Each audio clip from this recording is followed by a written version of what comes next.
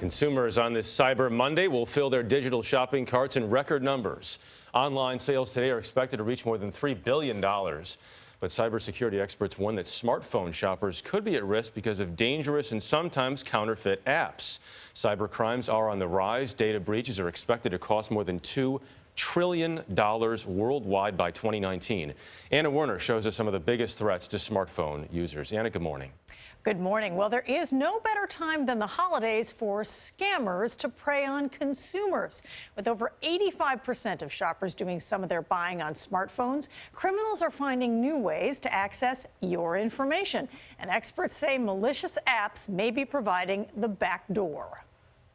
I would say for most of my purchases, I do use my iPhone. Nicole Barker likes shopping through her apps, but didn't realize they could put her identity at risk. It's really scary. You trust those brands when you see them and you just accept or trust that that's who you think you're dealing with. But a company that creates many of those apps for major retailers found some shopping apps for names like Dillard's, Payless, even Christian Dior and Jimmy Choo weren't real. We found that there was hundreds of fake apps, hundreds. Chris Mason from Branding Brand.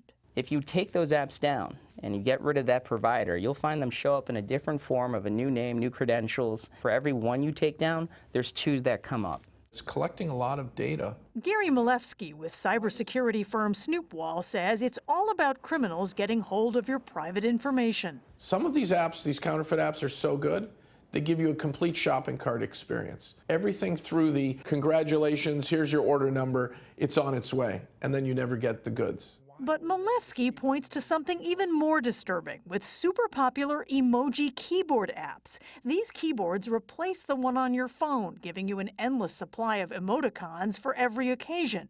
But he says many can also gain access to your contacts, text messages, possibly even passwords, and send your private information overseas. These are all developed by employees of companies in China. So what do you think that somebody in China is doing with all that information? Some think that the Chinese version of the NSA is using these kinds of tools to collect a lot of information on people overseas. And time will tell. We don't know, do we? Really? We don't know.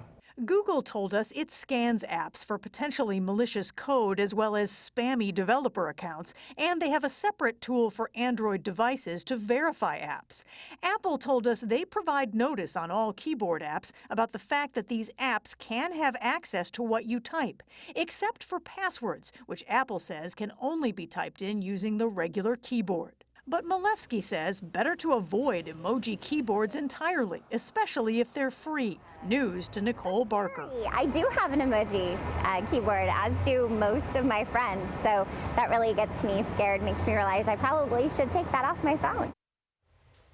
Well, if you desperately want those cute emoticons, the expert's advice here is don't install one that's free. Pick one that you pay for, hopefully from a developer based here in the United States. And if requests pop up on your iPhone where the keyboard wants to use the internet, access your contacts, or locate you through GPS, just say no. Gail? Got it. Just say no. Just like drugs. Just say no. Got it, Anna. Thank you very much.